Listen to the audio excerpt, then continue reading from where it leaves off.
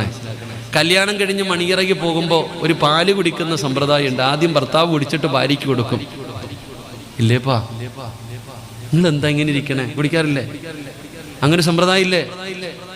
ഓഹ് മലക്കുകളാ, ഒന്നിനും ഓർമ്മയില്ല. നബിതങ്ങളുടെ മുമ്പിൽ കൊണ്ടുവന്ന് കൊടുത്തപ്പോൾ നബിതങ്ങൾ കുടിച്ചില്ല. ആയിഷാന് കൊടുത്തിട്ട് പറഞ്ഞു കുടിക്കാൻ. ഇങ്ങനെ ആയിരിക്കണം ഭർത്താവ്. ആദ്യം ഭാര്യയ്ക്ക് കൊടുക്കണം. നമ്മളാണെങ്കിൽ ആദ്യം നിറച്ചിട്ട് വലുതുണ്ടെങ്കിൽ ഭാര്യയ്ക്ക്. നബിതങ്ങൾ എന്ത് ആയിഷയുടെ കൈ കൊടുത്തു. ആയിഷ ഇതാ കുടിക്കുക. ആയിഷ ബീവി റളിയല്ലാഹു തആല അൻഹ കുടിച്ചു.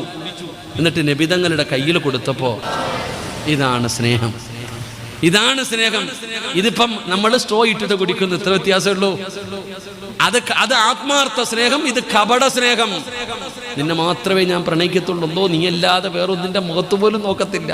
പടച്ചവൻ എങ്ങനെ പറയുന്നുണ്ട്, അക്കരെ നോക്കുന്നുണ്ട്. അള്ളാഹു കാത്തിരക്ഷിക്കുമാറാകട്ടെ.